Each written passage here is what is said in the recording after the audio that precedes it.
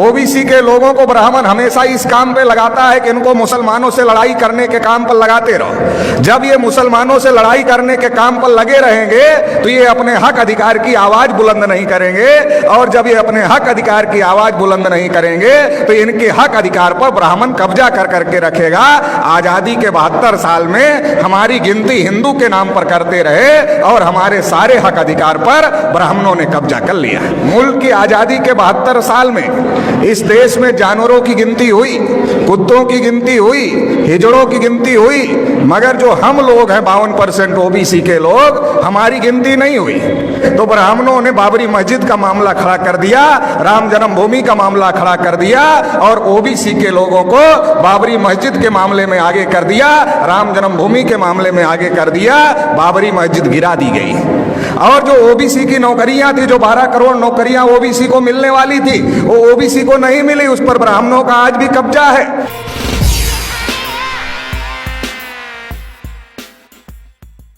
आदिवासियों को के ऊपर भी बड़े पैमाने पर जुल्म और ज्यादती हो रही है। सिखों का देश में लाखों की संख्या में कत्लेआम हुआ। लिंगायत लोग लाखों की संख्या में मोर्चा निकाल कर कह रहे हैं कि हम हिंदू नहीं हैं, हमारा स्वतंत्र धर्म है, लेकिन उनको जबरदस्ती से हिंदू बना करके रखा जा रहा है। क्रिश्चियनों की चर्चेज पर हमले किए जा रहे हैं। बुद्धिस्टों के जितने बड़े बड़े सेंटर हैं उस पर ब्राह्मणों ने कब्जा कर लिया है। मुसलमान के घर के अंदर किस चीज की बिरयानी पक रही है ये मुसलमान नहीं तय करता है। मुसलमान के घर के अंदर किस चीज की बिरयानी पक रही है ये तय करने का काम आरएसएस, बजरंग दल और विश्व हिंदू परिषद के गुंडे करते हैं। कभी भी किसी मुसलमान को मॉब लिंचिंग का शिकार बनाया जाता है।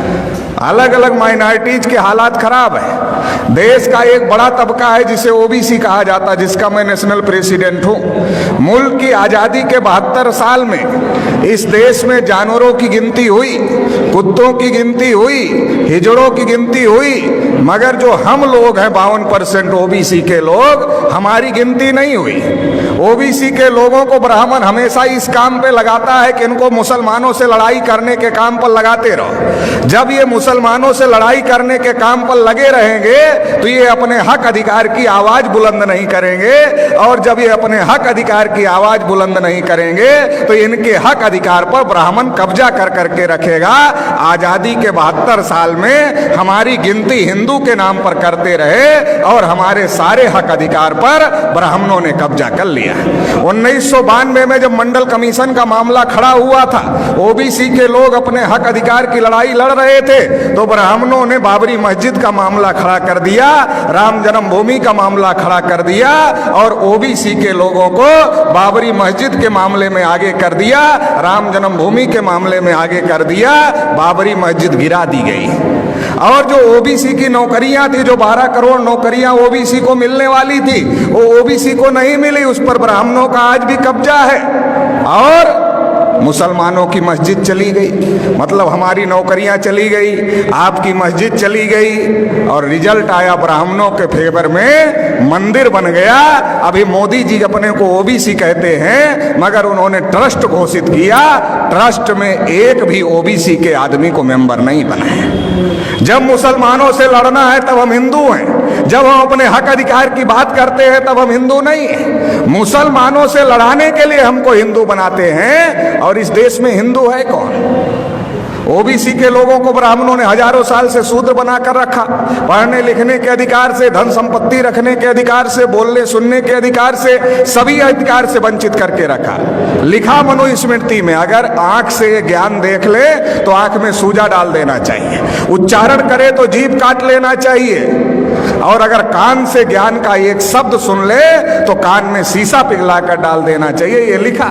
शेड्यूल कास्ट के लोगों को अछूत बना के रखा, आदिवासियों को जंगल में रहने के लिए मजबूर किया। तो देश में हिंदू है कौन? ब्राह्मणों ने हमारे ऊपर इतने जुल्म ढाए, हमें अछूत बनाया, हमें शूद्र बनाया, हमें जंगलों में रहने के लिए मजबूर किया। तो हमारा धर्म और ब्राह्मण का धर्म एक नहीं हो सकता।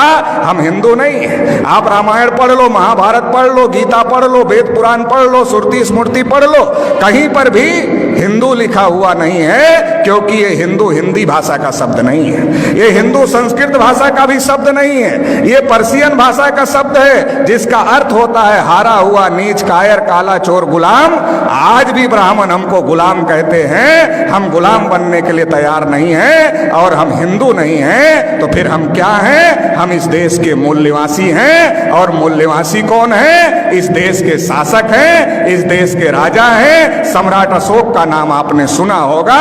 अफगानिस्तान तक, रसिया के बॉर्डर तक सम्राट अशोक का राज था।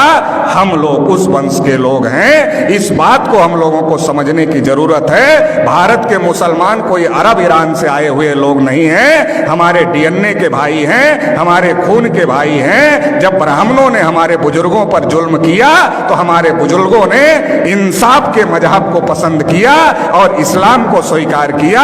भारत में जो मुसलमान हैं हमारे डीएनए और खून के भाई हैं। इस बात को ब्राह्मण जानता है, इसलिए दंगे में हम मरे या दंगे में आप मरे, ब्राह्मण की सेहत पर कोई फर्क नहीं पड़ता है। हमारे और आपके बीच में ब्राह्मण आ गया है, उसको बीच से हटाना होगा।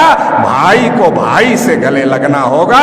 ब्राह्मणों ने हजारों साल से हमको मजलूम बना के रखा, 72 साल में मुसलमानों को मजलूम बना दिया है। इसलिए मजलूम को इकट्ठा होना होगा और जो ब्राह्मणों ने नाइंसाफी का निजाम कायम किया है इसे ध्वस्त करना होगा और इंसाफ कायम करना होगा।